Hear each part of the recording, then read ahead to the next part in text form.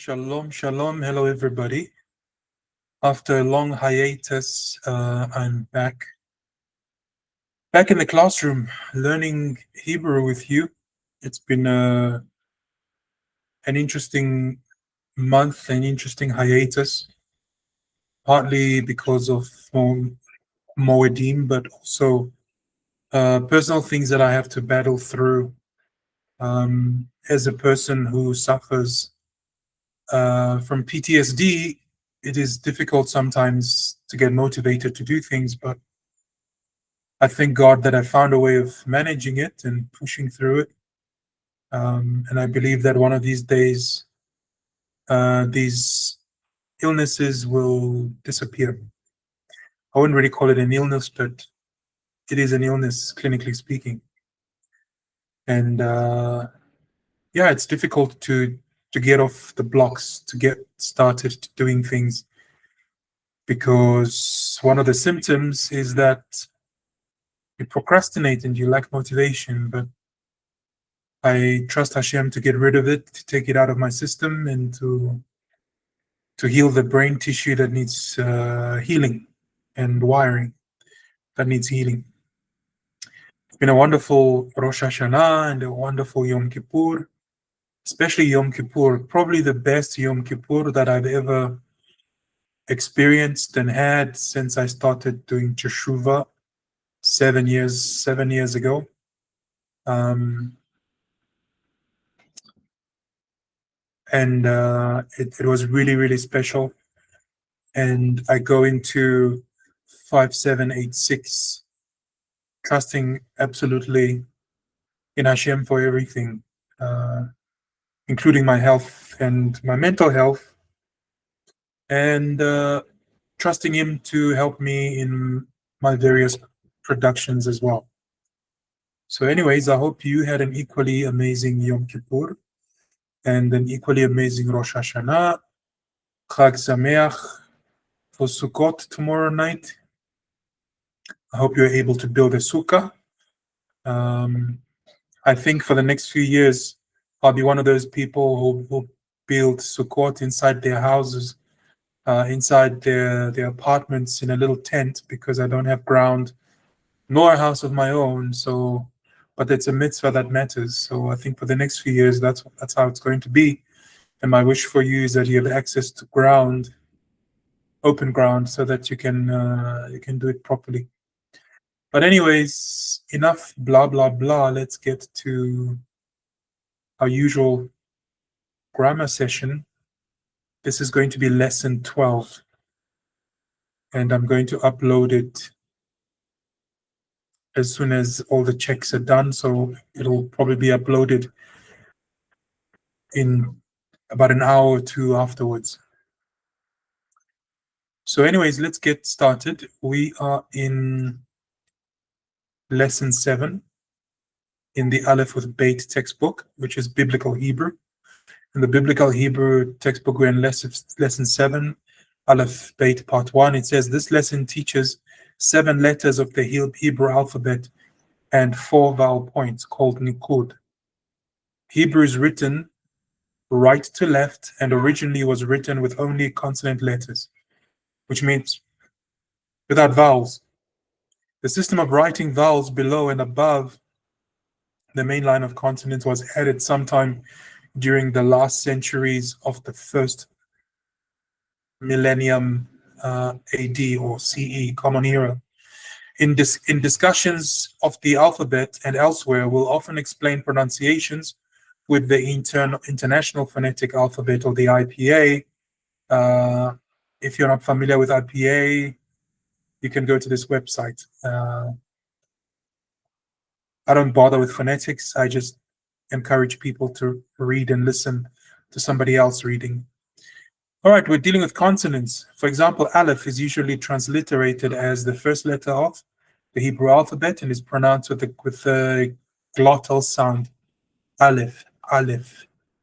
And the light sound of the throat closing between the vowels, uh-oh, in English speakers.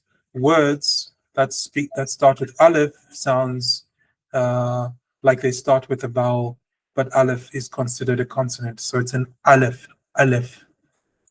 It's a glottal sound, not exactly guttural. Aleph is Aleph. A guttural sound is Ein, which is Ein. This is guttural, Ein. Aleph is Aleph. Aleph and Ein sound different. And then this is Beith. Obviously, you know what Beith means. It is usually pronounced or translated as a B or a V, for example, in writing, and then a Yud or a Yod. Some people say Yud or Yod, which is usually a Y sound in English. And of course, it says here that Yod can be a consonant with its own vowel, which we've seen, like Ya, or in Hashem's name, Yud He Vav He, Yud as a kamatz, if you want to put Nikun, Nikud, I beg your pardon.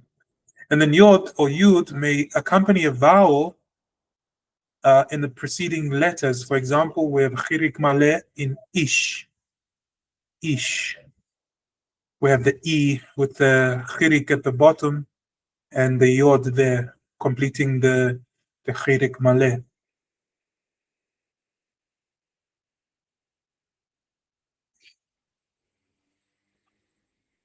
And then, of course, you know this one is the following one is Tav, which is a T or TH sound.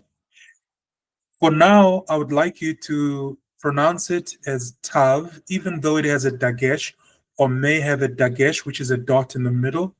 I want you for now to pronounce it as Tav. Once we finish this grammar book and we finish all our basic Hebrew, biblical Hebrew lessons, when I go into the Bible to read, I'm going to change into the original sounds of the Torah. So, for example, instead of saying Sukkot in the future, I will say Sukkoth because that's the original pronunciation. But for now, for the sake of learning, just keep the T sound. And then, of course, there's a Shin. We know it's a Shin because there's a dot in the beginning.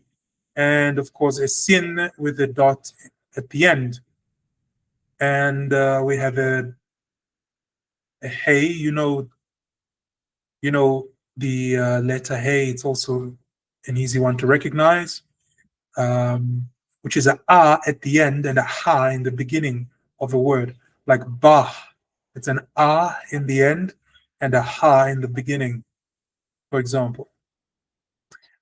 But as to what it means, we're going to go in depth. We're going to go deeper into it when we finish this textbook, and then we start looking at the mystical meaning of each letter of the Hebrew alphabet. And then lastly, we have Vav, which also in original Hebrew is actually a wow. But we'll get into this like the other letters at the end when we finish this book.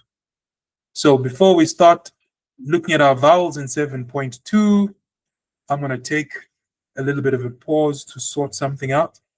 I'll be back with you in 2 seconds.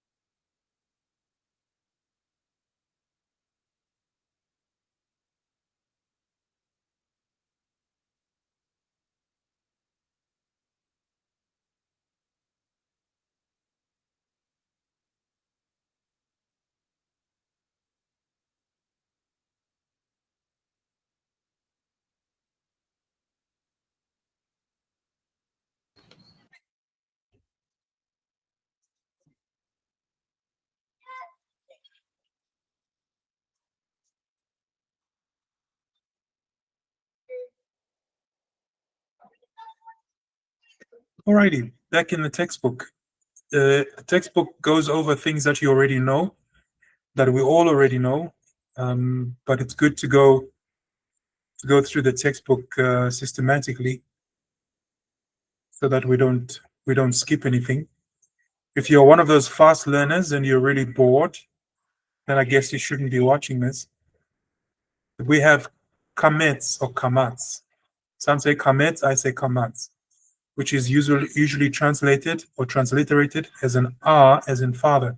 That's pretty simple. And then, of course, we have chirik, which is the dot, which is an E sound, and patach, which is a half R sound, and the shva, which is a silent sound, or one that forces us to pronounce the consonant as we see it.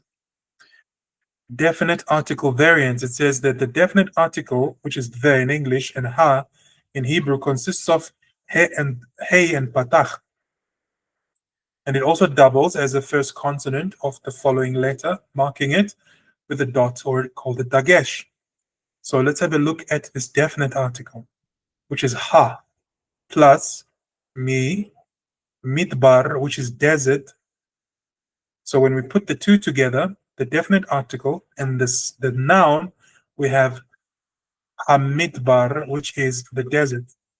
In the second example, we have ha plus shem, Hashem, which means the name, and we see this in literature very easily. It says here, however, when ha comes before the word that begins with ain or aleph or reish, three letters that cannot take a dagesh, the patach vowel lengthens to a kamat. So it means that this patach, this dot at the bottom, if the noun begins with ain, aleph, and the reish, then it must be elongated, the sound, to a kamat. It must be a kamat. As in ha'ish, which means the man. This doesn't affect the pronunciation, it's just a spelling rule. So ha'ish, I would argue that it does affect the pronunciation a little bit. So instead of having ha'ish, we have ha'ish. So the accent is not the same. Here we have Hashem. The pronunciation doesn't change, but the accent changes. This is Hashem. This is ha'ish, but with the kamat, it's ha'ish. So it's an elongated R sound. So when they say it doesn't affect the pronunciation, it's a little bit misleading. The accent does change. We recommend not worrying about memorizing the rules just now, just be able to recognize both a, which is with patach, and ha, which is with kamat. As discussed in 6.1, the other letter propositions combine with the vowel of the definite article, which is ha, when they occur together on the same word. So Beith with a dagesh, and ha becomes bah. Interesting. As we see in the word babait, which means in the house. Babait. So what is the rule here?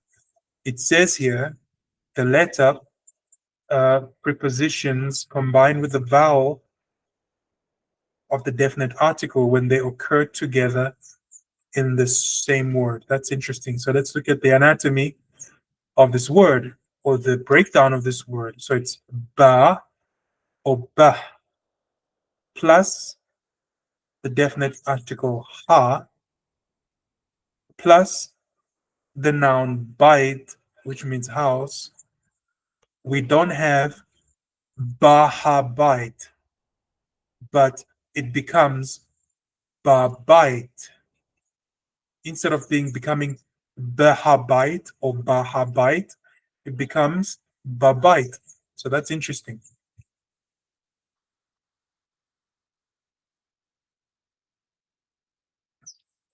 Lesson 8 deals with parts of the body.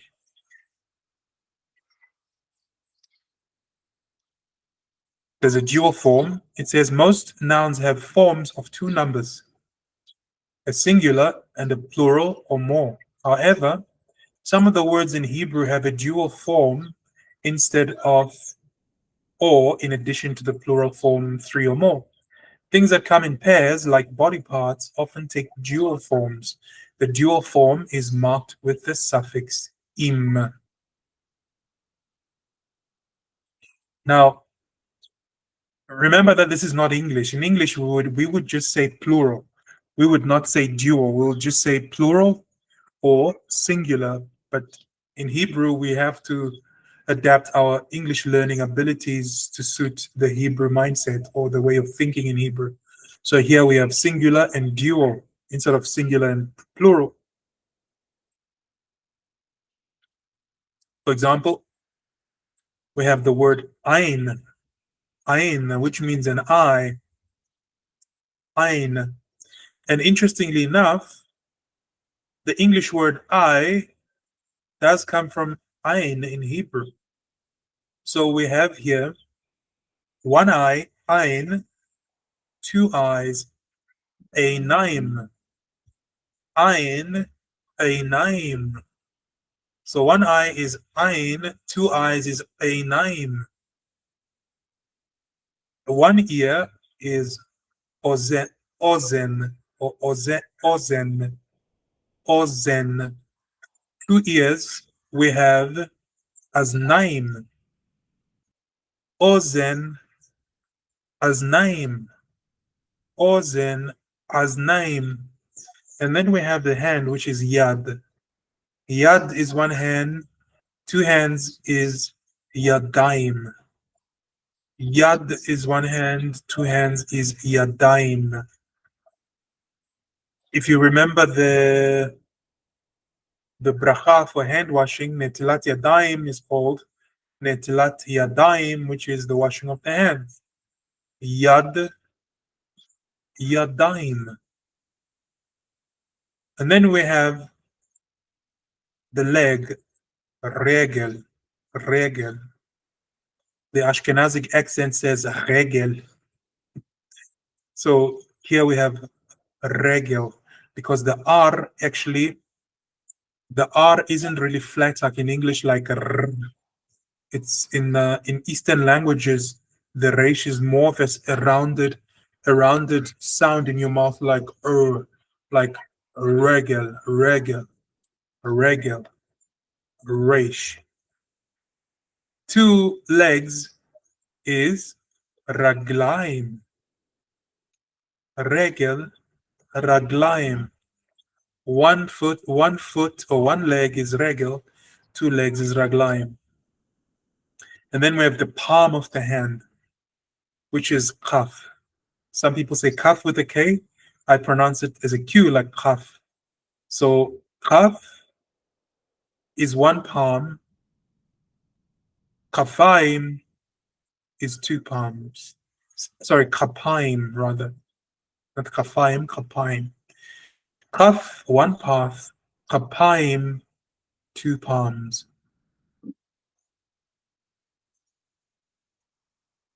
Continues to say that nouns with plural forms only, some nouns occur in plural form with no singular form.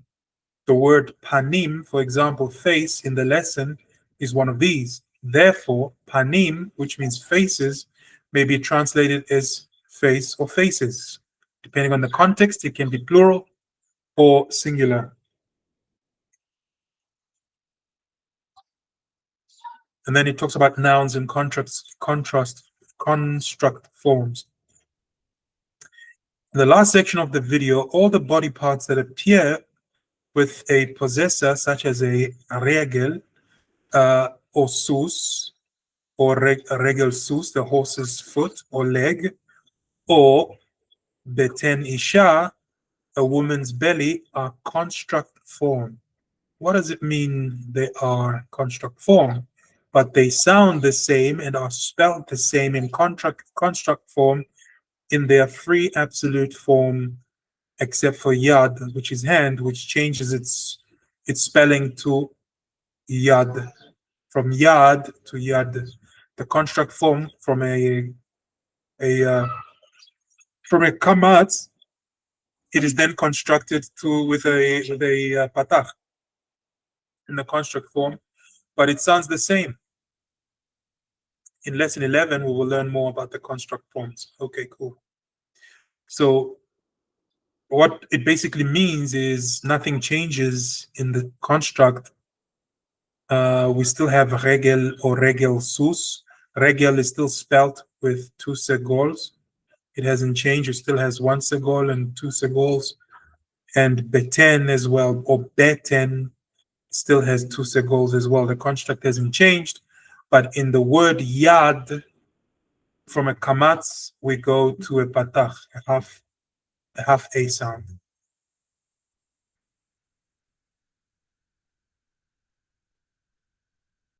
All right, lesson 9. Things good and bad, or good and bad things.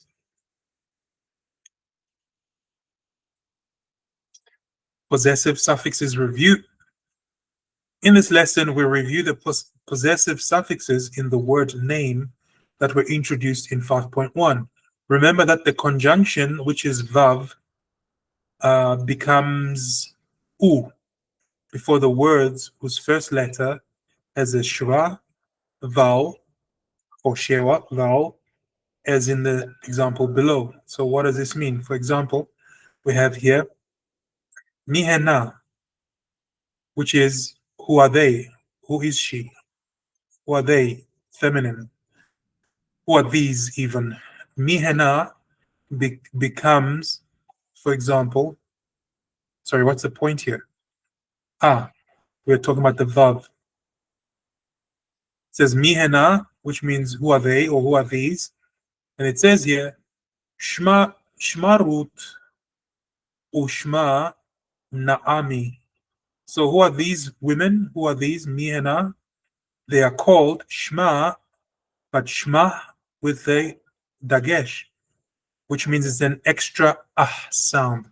It's a breathing out of So it's shmah root ushmah naami, which means one is called Ruth and one is called Naami.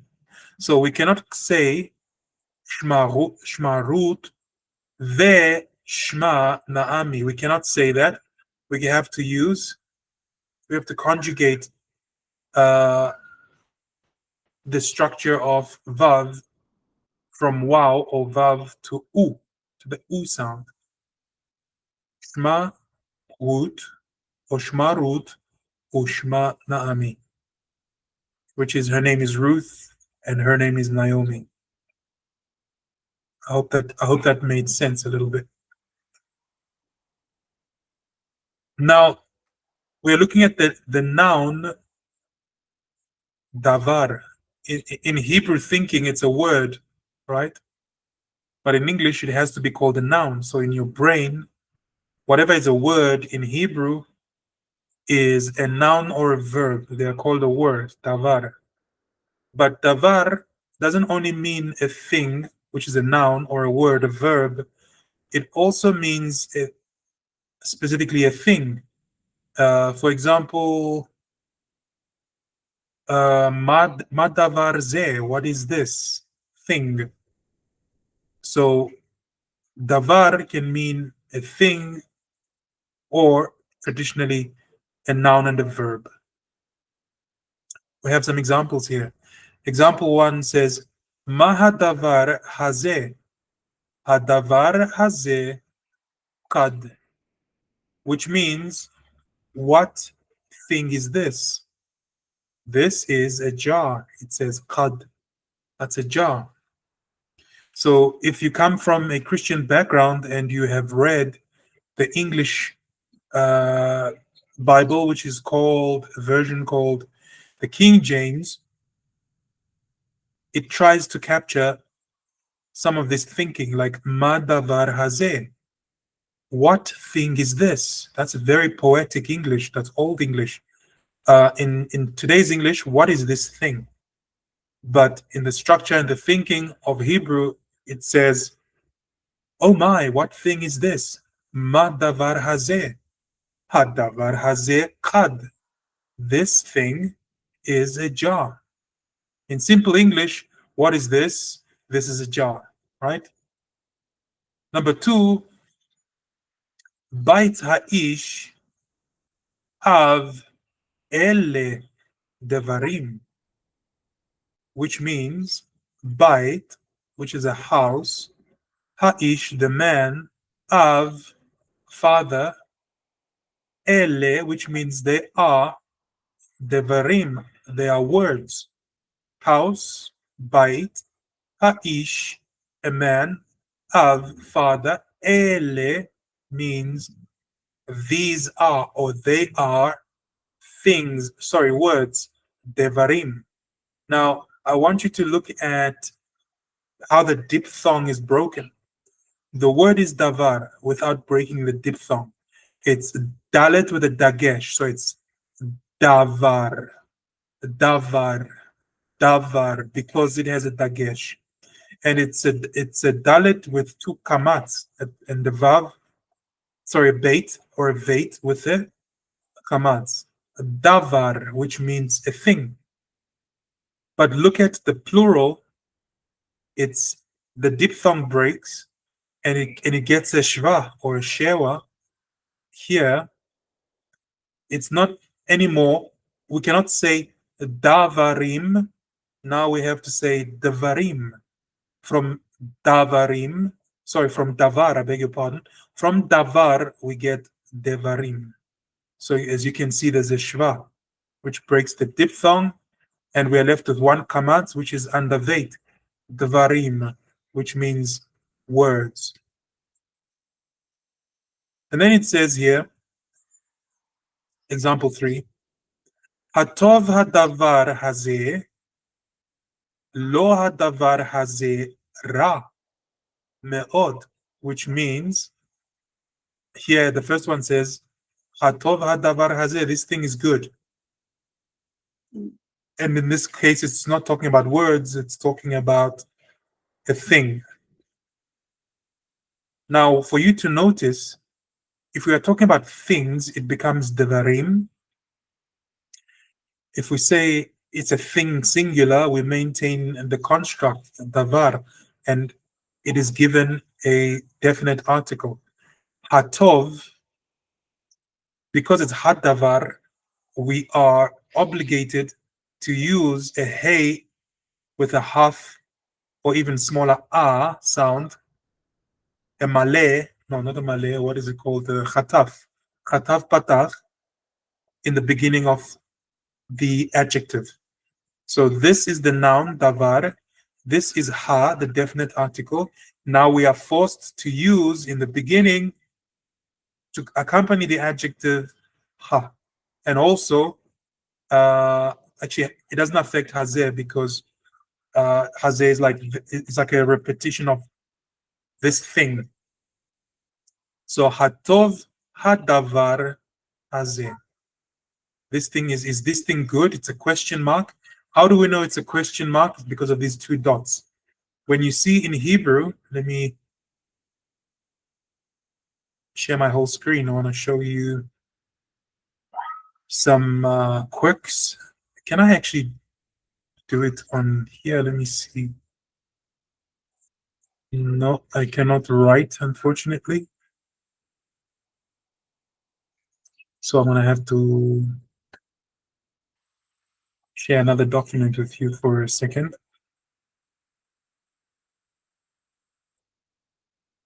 So if you look at my Word document here,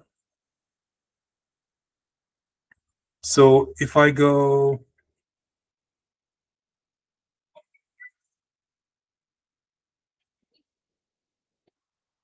if I ask the question, no, don't do that. If I ask the question, for example, if I ask the question, Mazeh, what is this? You can expect in Hebrew this kind of question mark, which is a semicolon in English, or a colon. In modern Hebrew, we go as far as putting a question mark, like a Spanish question mark that's facing, actually, it's a normal question mark, it's facing that way. So when you see maze, which is what is this, you're either going to see a semicolon, a colon, or this question mark here. These are the three ways of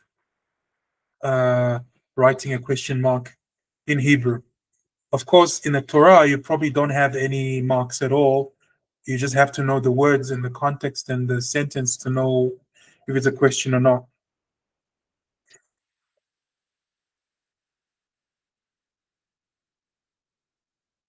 All right, let's go back to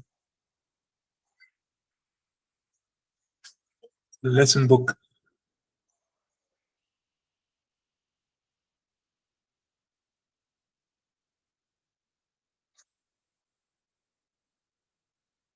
And then the last example we're looking at is lo hadavar haze ra me'od. It says lo. Somebody said, is this a good thing? And they asked with a question mark, is this a good thing? Hatov hadavar hazeh. Then somebody says, lo, no. Hadavar hazeh or hadavar hazeh, ra, it's bad. Ra, ra. Me'od, a lot. It's very bad. Me'od, ra, me'od. It's very bad.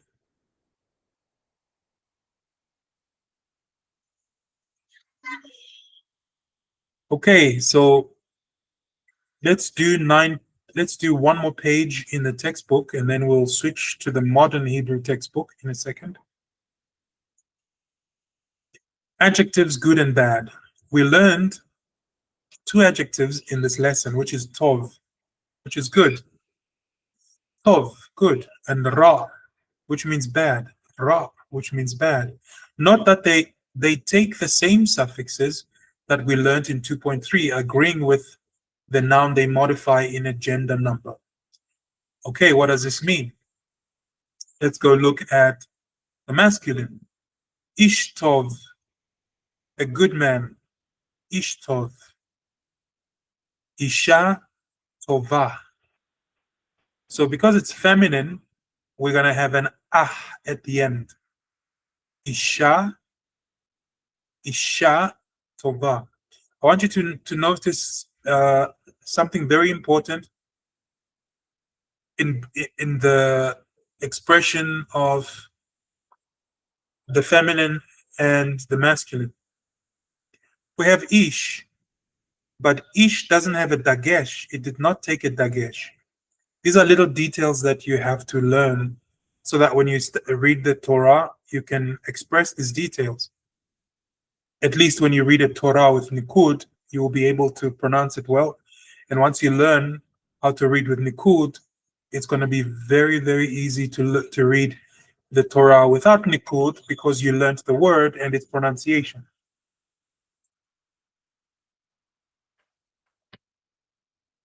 So we have Ish Tov, which means a good man.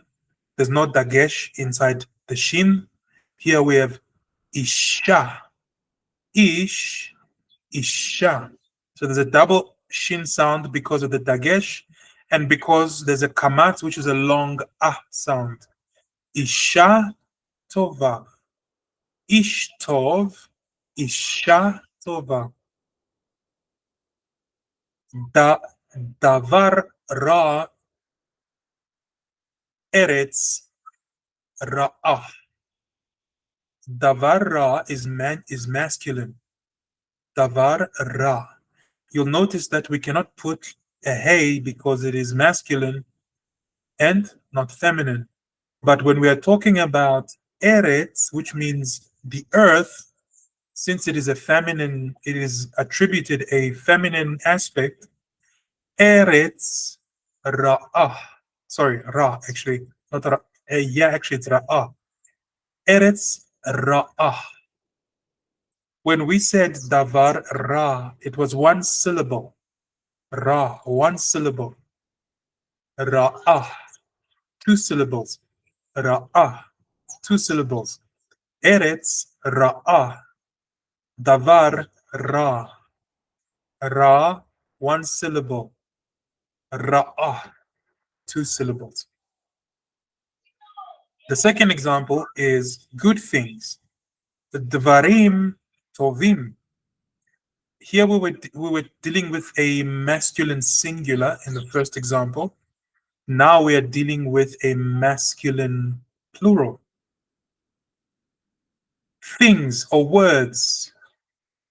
Dvarim tovim. So the plural for masculine is im. We have to add a chirik maleh, which is a dot on the last consonant, and a yod after it. This chirik maleh. Dvarim tovim. Right? Which means good things. Nashim tovot, which means good women. Ish means a man. Isha means a woman. When you have a plural of male and female, it becomes nashim. I think, not anashim. No, nashim. So it could be many men would be like nashim tovim, for example. Here we have women, it's nashim tovot. Let me make sure of this. Let me just go to my dictionary 1 second.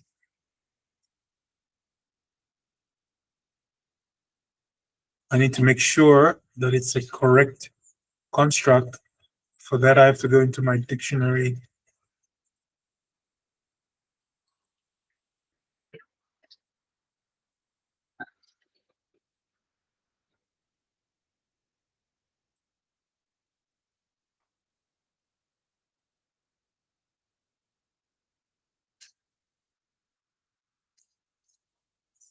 Good men.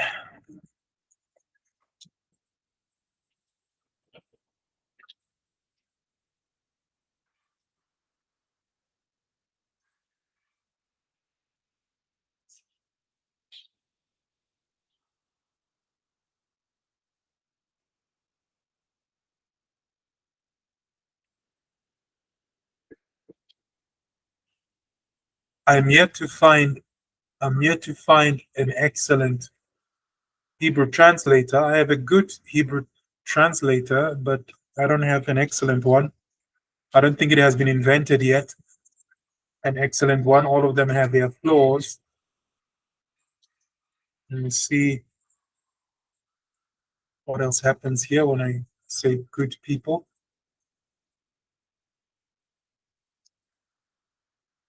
Good. I've got it now. So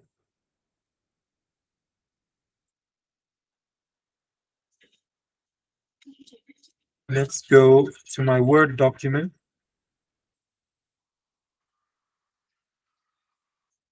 So if I want to say good people, male or female,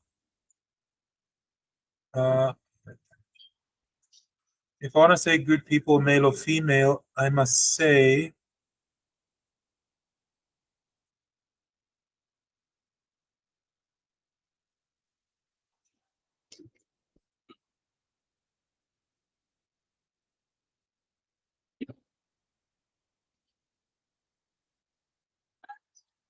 let me just make sure of my spelling here. Yep. I must say anashim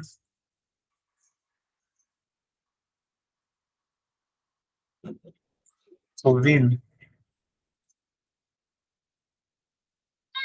And that basically means in English, good people.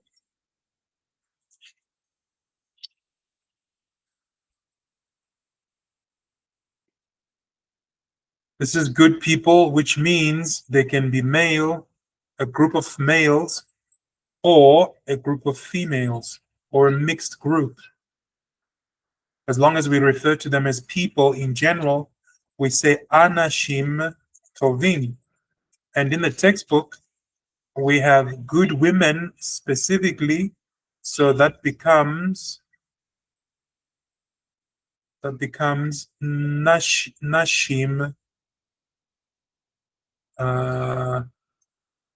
nashim tovot.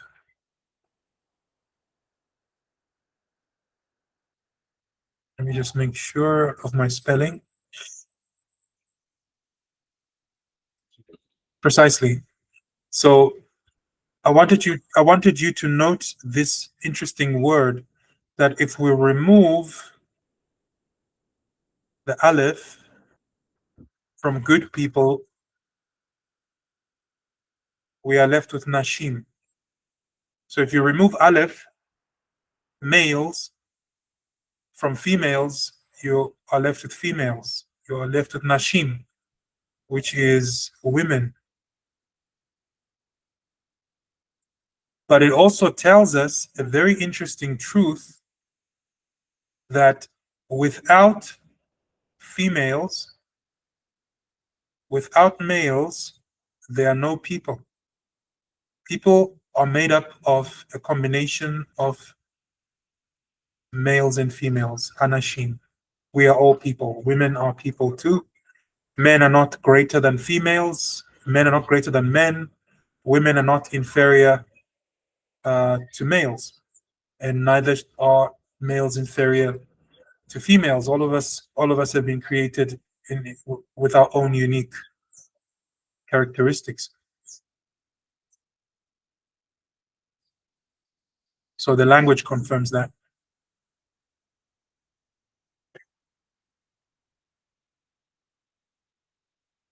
All right, let's finish this example first before we go into modern Hebrew.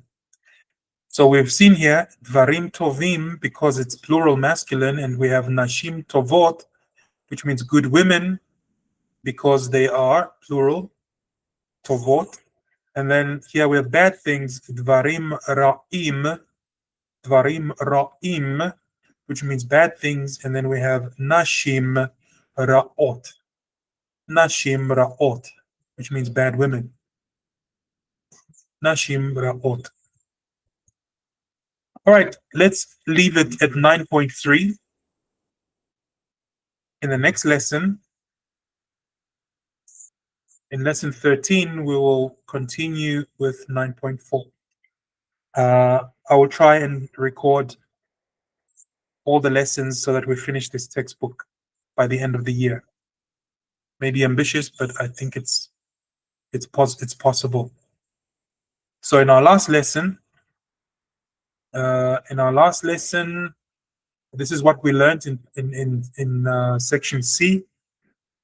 We learned to recognize the construct and the different words, different parts that form a sentence or a phrase. For example, we saw the definite article in habulim hem matana. Habulim being the stamps, and ha being the, and then the verb are, matana, which is a gift, a noun at the end. And then we also said her brothers are pilots, which is ha'achim shelah. This hey with the dagesh gives us an extra breath, which implies a female, which is attributed a female component. Ha'achim shelah hem tayasim. They are pilots. We're continuing with that thought. And it says here the main exception showed in D is where the subject is a pronoun. For example, I'm a tourist. Ani tayar. Ani tayar. Ani tayar. I want you to notice that there's a kamatz, chataf kamatz. It's not ani, because it's a half patach. So it's instead of ani, it says ani. Ani tayar. Ani tayar. I'm a tourist. Ze Skanedal, which means ze skandal, which means this is a scandal. Now, this is obviously modern Hebrew. There's no such word in Hebrew as a scandal like this, written as sus, as not sus, samech, samech, kaf, nun, dalet, and lamed. You will not find this in Hebrew. It's taken from scandal in English or from French, even in other languages. So this is now the big difference between biblical Hebrew, which is in this textbook, and modern Hebrew, which is everyday Hebrew language. Another exception is where one is identifying someone or defining something, then normally uses ze, which means is. For example, who is Yoram? Yoram's the janitor. In English, it means Yoram is the janitor. Mi ze Yoram? Yoram ze hashoer. Yoram ze hashoer, which means he's the janitor. Mi ze Yoram. Who is or who's the janitor? Now, what's the difference? In Hebrew, when it says mi ze Yoram, to me as an English speaker, it doesn't mean anything except that Yoram is. The contraction of z and is, in my mind, should not affect the way you write in Hebrew. If you want to write it as a contraction, or you want to say Yoram is the janitor, it's up to you. But here's what we know is the question is mi ze Yoram. So we're going to put this in this color and in this color, and it says Yoram ze ha shoer. If the question maybe was mi ze Yoram elle, it would mean who is this Yoram, but it doesn't say that. It says the same thing in English, who is Yoram, and Yoram is the contraction here is the same as ze over there. So here we have a different color. Let's put a green here, which for the question who, me, and the noun is Yoram. Let's give him a different color. Let's give him red, and then he's going to keep getting red. And over here, he also keeps getting red. And here he gets red. And then we have now a definite article, which is the ha shoer. Let's give it a different color, yellow, maybe gold, and we have here a gold the, which is the definite article, and of course the noun shoer.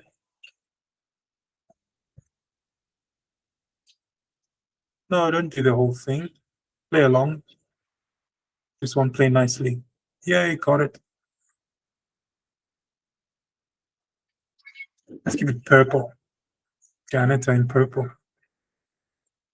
So they have the construction of the sentence, and who must get green.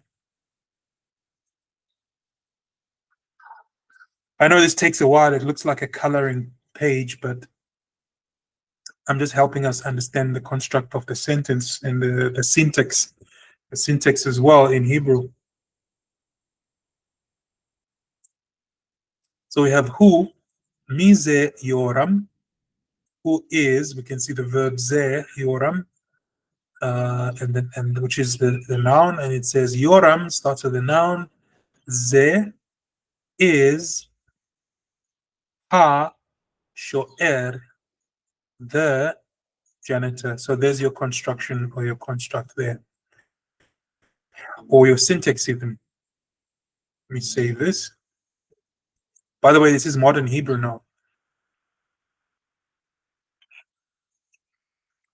Mummy, what's a kaletet or a kaletet? A kaletet is a cassette, darling. Ima, mummy, ima, maze kaletet. It's interesting because in English we say, mummy, what is a kaletet? But if we translate directly from Hebrew to English, it says, Mom, what is this kaletet thing? What is this kaletet? Sounds very cute, doesn't it? What is this kaletet you're talking about? Which means, if we refine it in English, it will be, Mom, what is a kaletet? So we have Ima in green, which is mummy. Ma, what? It's an interrogatory word. Let's give it a purplish color. What is? Actually, we should probably put these together. Maze. What is a kaletet? And there's the noun. Notice that it doesn't say Isha, maze ha kaletet. It doesn't say that. So in English, we're not going to say, Mommy, what is the kaletet? We say, what is a kaletet? Because before kaletet, there is no ha. There's no definite article. It's just a noun, a kaletet.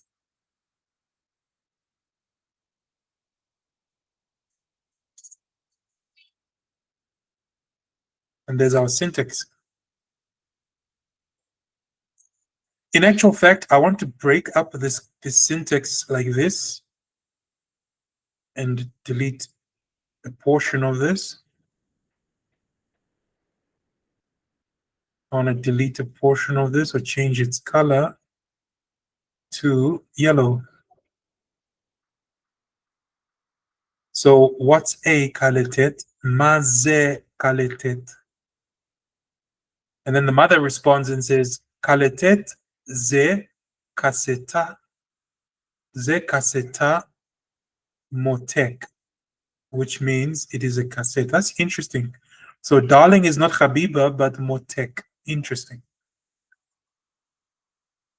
So the mother continues and says that the kaletet or a kaletet, you see, it doesn't say ha kaletet. It doesn't say the, because it's a noun, so they use a kaletet. So I'm going to put all of this in one color, which is sky blue, which I chose for and then the verb is in yellow. I know this is boring, but I hope it's useful for you. You know, if you're smart and you can't wait to move on to other things, then that's okay. But if you're patient enough, you can stick around and keep watching. So a kaletet is a cassette, darling, the mother says. Let's put this in a different color.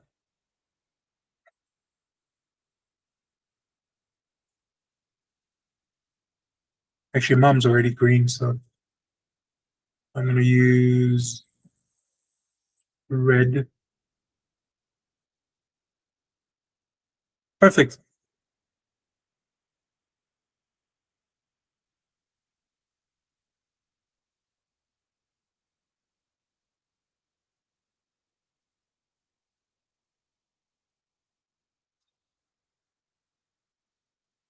Hope this is useful for you or to you.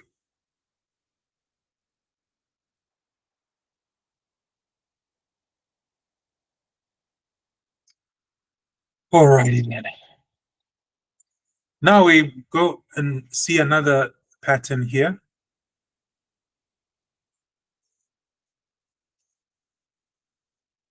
It says here, Hebrew does not generally use a word rather for am, is, are after a personal pronoun. For example, ani rav, sorry. Ani Rav.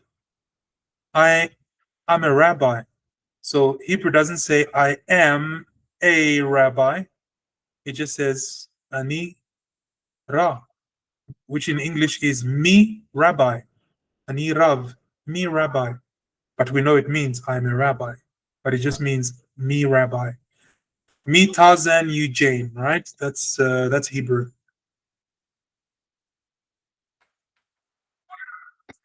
So we have one that's pretty simple. Ani Rav. There we have a patach, a chataf patach, which is half the sound. Ani Rav. I'm a rabbi. At Mishugana. At Mishugana. Okay, so there's a tav at the end as well. At Meshuganat. At Meshuganat, which means you are crazy, you are nuts. Who ben at Sheli. Who ben at, sorry, who ben ach Sheli. What does it mean? He's my nephew. Who ben ach Sheli. It tells you because it says it's the son of my brother, my nephew. Who he is a ben, the son, with a gion. Who ben ach Sheli. Who ben ach Sheli, which means he's my nephew. Next example says hem mimi nesok. No, Minsk. Hem Minsk, sorry. So now it's a little bit different. We can color this because there's something interesting here. So hem is they are, and then there is me, from. This is now the preposition that we didn't have in previous sentences. They are from Minsk.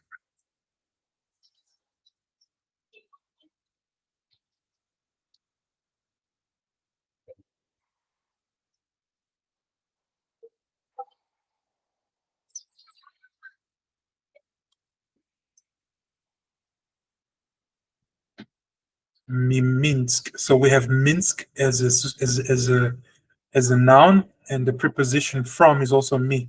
Minsk. Hem Minsk. In English, literally, them from Minsk. But we know that the proper way of saying is they are from Minsk. Hem Minsk.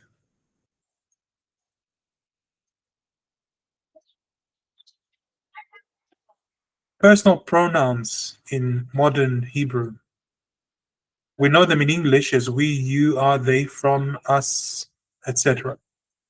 Here we have a singular in Hebrew. I is ani. Ani. Ani Rav. I'm a rabbi, it said. And it says, you, ata, masculine. If we say, God, you are holy, ata kadosh. Ata means you, singular. Second person, actually, singular. Ata, you, and it's masculine. Ata kadosh, you are holy. For female is at. At. At. For man, ata, woman, at. He is who, she is he. Very interesting, right? So he, she. Sarah, we can say me ze Sarah. And then you can say he, but what was Sarah's father again? His name? I forgot. Anyways, let's use a different example and say who is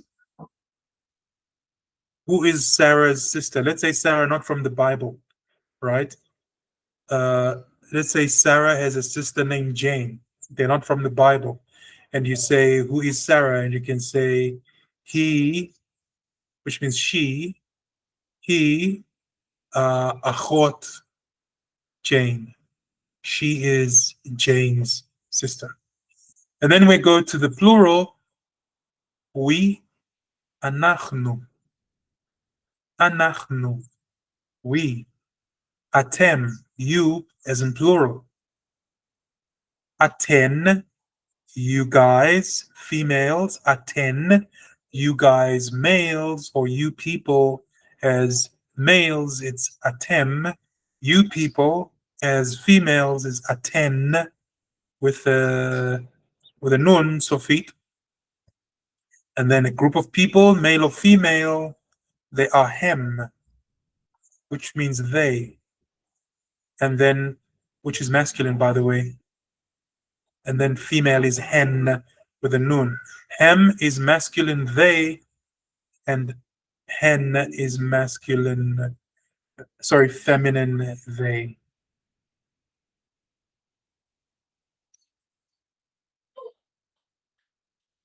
All right, we go one more minute.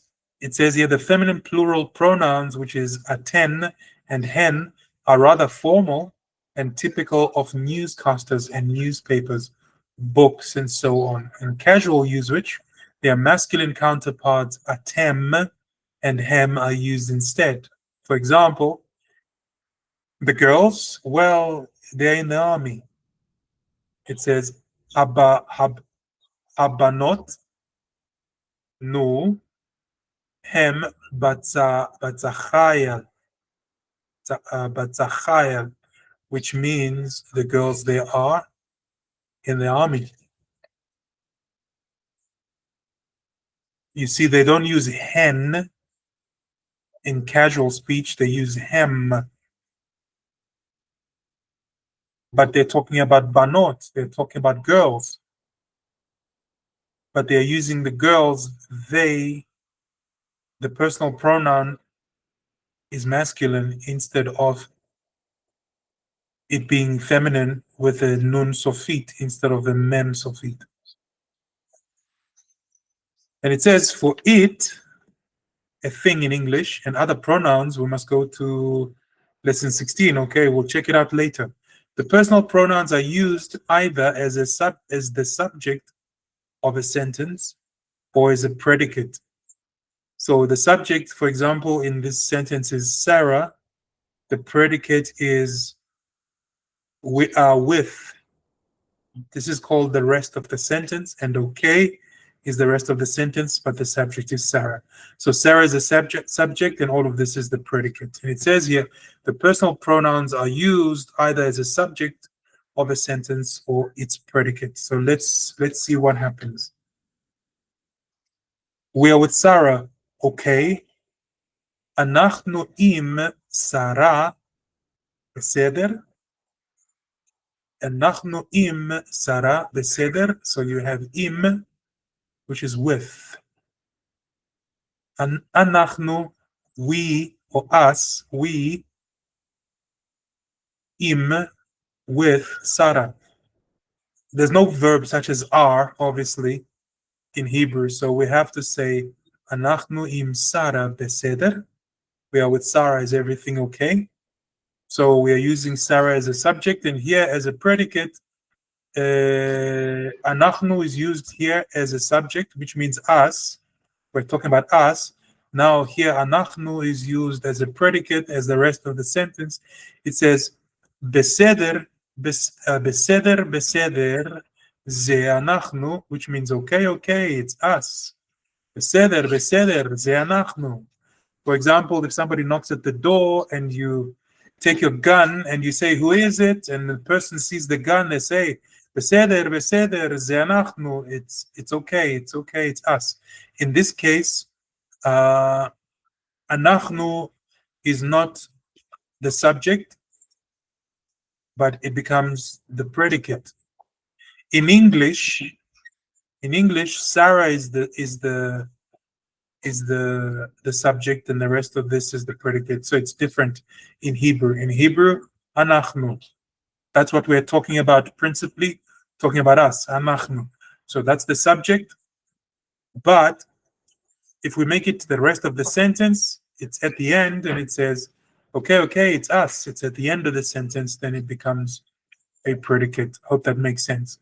It says, but as objects, for example, as in congratulate us, or after a preposition, for example, as in with us or for us, different pronouns are used. For example, otanu. I have never come across otanu. So let's go see how many options my dictionary gets when I say us and with us. Let's go, oopsie daisy.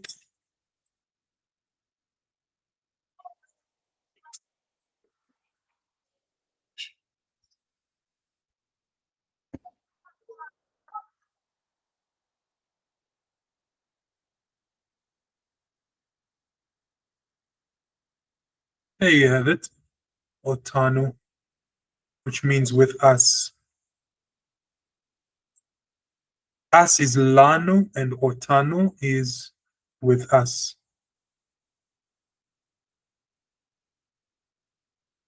That's very interesting. It makes me think of a pasuk.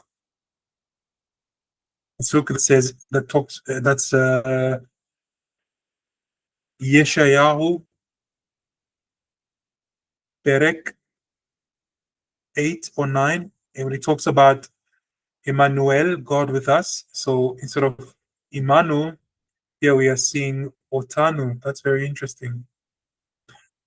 Anyways, I'll see you in lesson 13. This was lesson 12. I hope you enjoyed lesson 12. I did. I'm actually, in my own learning, I'm almost finished with these textbooks, especially the biblical Hebrew one. But it's always interesting to go backwards. And of course, I teach you Hebrew because I want you to know how to read the Bible. But more than you, it benefits me because I get to learn things again and again and again. So thank you for taking the time to watch this video. If you have not subscribed to my channel, please do subscribe for future lessons. Shavua Tov, have a wonderful week, and I will catch you in lesson 13 sometime during the week.